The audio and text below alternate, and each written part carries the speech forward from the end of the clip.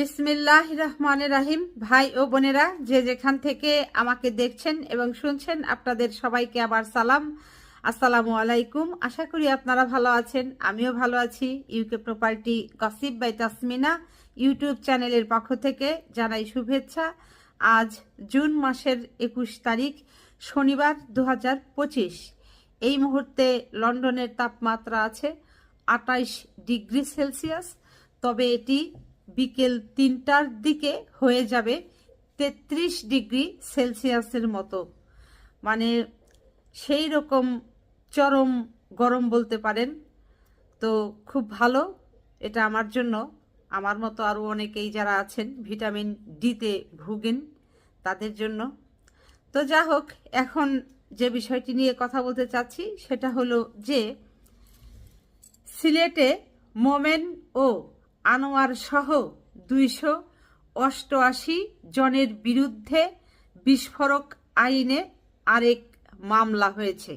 এরপর খবরে যেটি বিস্তারিত বলা হয়েছে যে সিলেট এক আসনের সাবেক সংসদ সদস্য ও সাবেক মন্ত্রী ডক্টর আব্দুল মোমেন, যার বয়স 60, এবং সিলেট সিটি কর্পোরেশনের মেয়র ও যুক্তরাজ্য আওয়ামী লীগের যুগ্ম সম্পাদক আনোয়ারুজ্জামান চৌধুরী সহ 288 জন আওয়ামী লীগ ও অঙ্গ সংগঠনের নেতাকর্মীদের বিরুদ্ধে অস্ত্র ও বিস্ফোরক আইনে আরেকটি মামলা হয়েছে।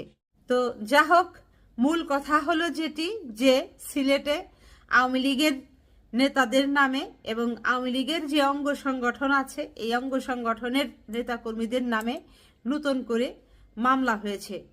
সেটা কোন আইনে মামলা হয়েছে? অস্ত্র এবং বিস্ফোরক আইনে মামলা দায়ের করা হয়েছে। এবং আমরা জানি যে কোনো মামলা হলে আসামি যতজনই হোক সেগুলোর প্রধান একজন আসামি থাকে। আর এই মামলায় 1 নম্বর প্রধান এবং প্রথম আসামি হচ্ছে এই আনোয়ারুজ্জামান চৌধুরী, যিনি সিলেটের সাবেক মেয়র এবং ও যুক্তরাজ্য আওয়ামী লীগের যুগ্ম সাধারণ সম্পাদক।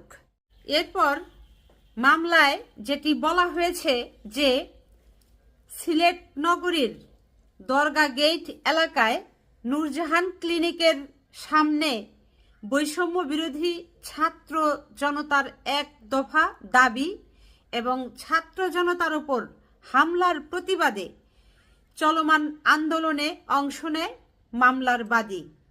এ সময় অভিযুক্তরা মিছিল সহ সশস্ত্র অবস্থায় ঘটনাস্থলে এসে সড়কে অবস্থানরত ছাত্র জনতা ও বাদীর ওপর গুলি চালায় এবং ককটেল বিস্ফোরণ ঘটায়। এতে গুলিবিদ্ধ হয়ে বাদী আহত হন। ঘটনার পর চলতি বছরের একটি সময় বাদী আদালতে অভিযোগ দায়ের করলে আদালত তা আমলে নিয়ে তদন্ত সাপেক্ষে মামলা রেকর্ডের নির্দেশ দেন সিলেট কোতোয়ালি থানা পুলিশকে। তো যা হোক ভাই বোনেরা, এরপরের যেটি স্টেপ আছে এটি মোটামুটি আপনাদের সকলেরই জানা যে আনোয়ারুজ্জামান চৌধুরীর বিরুদ্ধে এখন হয়তো গ্রেপ্তারি পরোয়ানা জারি হবে।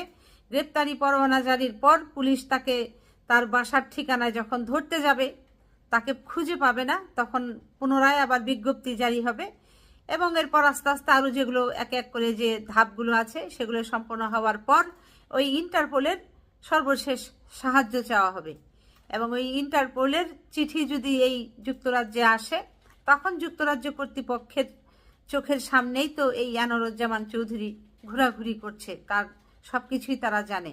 তারা যদি মনে করে যে তাকে এখন ধরে বাংলাদেশে পাঠিয়ে আইনের মুখোমুখি করা দরকার, তাহলে সেটি তারা সে ব্যাপারে পদক্ষেপ নেবেন যুক্তরাজ্য সরকার। তো যাই হোক, এই ছিল আসলে মোটামুটি একটা খবর এই সিলেটের সাবেক মেয়র আনোয়ারুজ্জামান চৌধুরীকে নিয়ে। সবাই ভালো থাকবেন, সুস্থ থাকবেন এবং আমার জন্য দোয়া করবেন। আমার এই চ্যানেলটিতে লাইক, কমেন্ট, শেয়ার এবং সাবস্ক্রাইব করবেন। আসসালামু আলাইকুম, আল্লাহ হাফেজ।